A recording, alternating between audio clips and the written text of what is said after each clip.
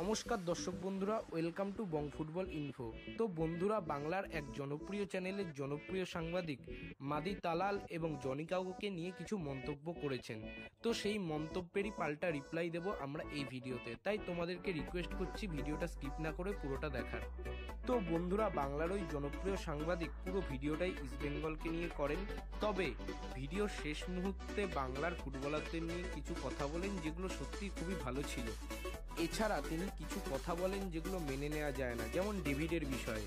তিনি ডেভিডের বিষয়ে বলেন ডেভিডের সাথে ইস্টবেঙ্গলের প্রি কন্ট্যাক্ট হয়ে গেছে। এবার মোহামেডান যদি ডেভিডকে কনভিন্স করে নেয় পরের সিজনে নিজেদের ক্লাবে খেলার জন্য, সেটা মোহামেডান করতেই পারে। ডেভিড মোহামেডানে খেলতেই পারে যদি মোহামেডান সেভাবেই ডেভিডকে কনভিন্স করতে পারে। কিন্তু ডেভিড একজন ফ্রি এজেন্ট, ডেভিডের সাথে ইস্টবেঙ্গলের প্রি কন্ট্যাক্টে সাইন হয়ে গেছে। ডেভিড পরের সিজনে পুরো ফ্রি থাকবে। এবার একজন ফ্রি প্লেয়ারকে কীভাবে ট্রান্সফার ফি দিয়ে নিতে হয় সেটা আমি তার ভিডিও দেখেই শিখলাম। আর সবথেকে হাস্যকর মন্তব্য আমার লেগেছে, তিনি বলছেন মাদি তালাল নাকি কোনোদিনও জনি কাউকে হতে পারবে না। এটা কেমন একটা কথা হয়ে গেল না, যেন তিনি বোঝাতে চাইছেন যে রোনাল্ডো কোনোদিনও র্যামোস হতে পারবে না বা র্যামোস কোনোদিনও রোনাল্ডো হতে পারবে না। আচ্ছা, আমরা অতদূর নাই বা গেলাম, তিনি বলতে চাইছেন যে ডি ব্রুয়েন কোনোদিনও ক্যাসিমিরো বা বুস্কেটস হতে পারবে না, বুস্কেটস বা ক্যাসিমিরো কোনোদিনও ডি ব্রুয়েন হতে পারবে না। এই উদাহরণটা আমি এই কারণেই দিলাম কারণ মাদি তালাল ও জনি কাউকে দুজনের রোলই ভিন্ন। মাদি তালাল একজন প্রপার অ্যাটাকিং মিডফিল্ডার, তার কাজ হচ্ছে গেম মেকিং, এবং জনি কাউকো একজন ডিফেন্সিভ মিডফিল্ডার। সে নিজের কেরিয়ারের বেশিরভাগ ম্যাচে ডিফেন্সিভ মিডফিল্ড পজিশনে খেলেছে। এখানে আমি জনি কাউকোকে ছোট প্লেয়ার বলছি না মাদি তালালের থেকে। জনি কাউকো মোহনবাগান টিমের একজন গুরুত্বপূর্ণ প্লেয়ার এবং সে আমাদের ফ্যান ফেভারিট একজন বিদেশি। তার খেলাটা যদি আমরা মোহনবাগানে লক্ষ্য করি তাহলে সে ফিজিক্যাল ফুটবল খেলতে ভালোবাসে। এছাড়াও সে স্ট্রাইকার বা উইঙ্গারদের উদ্দেশ্যে ভালো ভালো পাস বাড়ায়। কিন্তু সে কোনোদিনও মাদি তালালের মতো এত সুন্দর গেম মেকিং করতে পারবে না, আর মাদি তালালও তার মতো ফিজিক্যাল ফুটবল খেলতে পারবে না।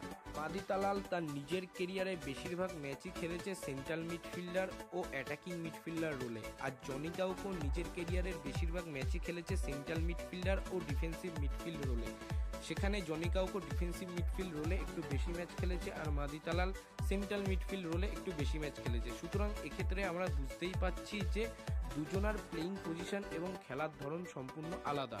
এবার আমি যদি ওই বড় সাংবাদিকের কথা ধরেই এগোই যে তিনি বলেছেন যে মাদি তালাল আর যাই হোক তিনি জনি কাউকো নয়, তাহলে আমরা একটু আইএসএল এ মাদি তালাল ও জনি কাউকো স্ট্যাটসটা দেখি।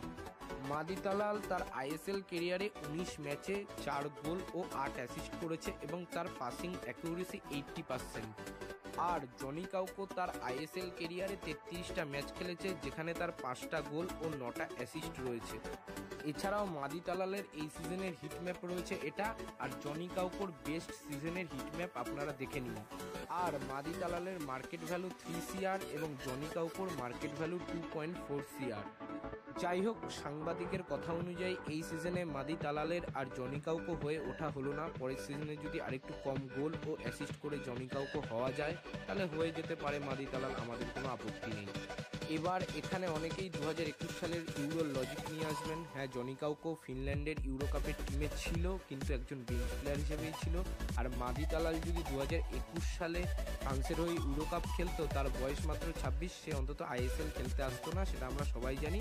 কারণ একজন ফ্রান্সের ইউরো কাপার এবং একজন ফিনল্যান্ডের ইউরো কাপারের মধ্যে অনেক পার্থক্য থাকে, সেটা ফিফা র্যাঙ্কিং বলে দেয়। তবে যাই হোক, ভিডিওটা শেষ করার সময় চলে এসেছে। ভিডিওটা শেষ করার আগে একটা কথাই বলবো, জনি কাউকো আমারও একজন ফেভারিট প্লেয়ার এবং জনি কাউকো মোহনবাগান সমর্থকদের অতি প্রিয় একজন প্লেয়ার।